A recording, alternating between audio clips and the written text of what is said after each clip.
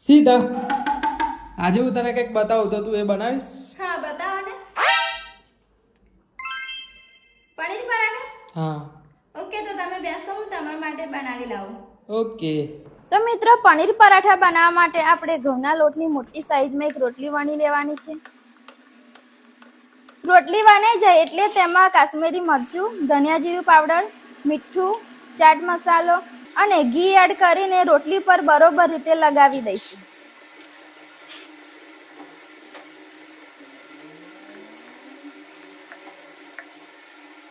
હવે તેમાં લસણના ટુકડા અને લીલા મરચાંના ટુકડા આ રીતના એડ કરી દેવાના છે. ત્યારબાદ તેમાં ઉપરથી પનીર આ રીતનું ઝીણું ઝીણું છીણી લેવાનું છે. પનીર છીણ્યા બાદ હવે તેમાં ઉપરથી ચીલી ફ્લેક્સ એડ કરીશું. હવે રોટલીનો આ રીતનો રોલ વાળી ચાકુની મદદથી વચ્ચેથી કટિંગ કરી લઈશું. ત્યારબાદ રોટલીના બધા જ પડ આ રીતના બહાર કાઢી લેવાના છે.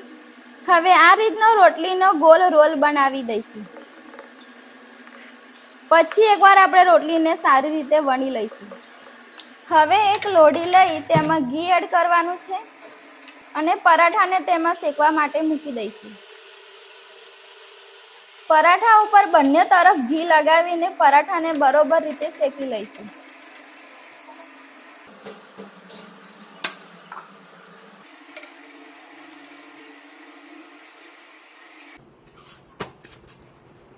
તો મિત્રો, પનીર પરાઠા બંને તરફ સારી રીતે શેકાઈ જાય એટલે તેને એક પ્લેટમાં કાઢી લઈશું.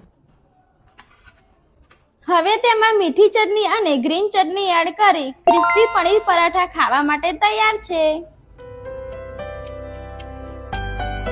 અરે વાહ સીતા, જોરદાર.